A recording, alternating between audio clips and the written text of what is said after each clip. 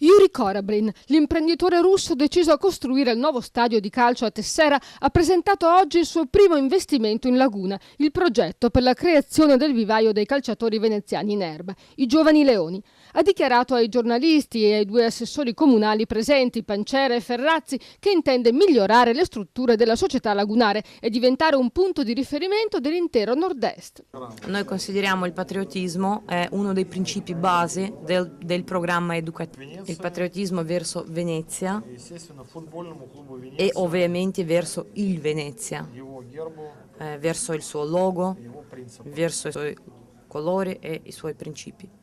Korablin ha parlato poi del nuovo stadio, spiegando che ha atteso 3 anni per presentare il progetto, durante i quali si è anche scoraggiato, ma ora la parola spetta alla burocrazia. La burocrazia vive delle sue leggi. La vita invece si sviluppa le sue leggi.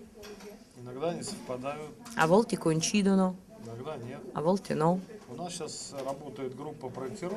Abbiamo adesso un po' di progettisti che stanno lavorando, che stanno preparando la proposta in corrispondenza con la nuova legge per gli stadi.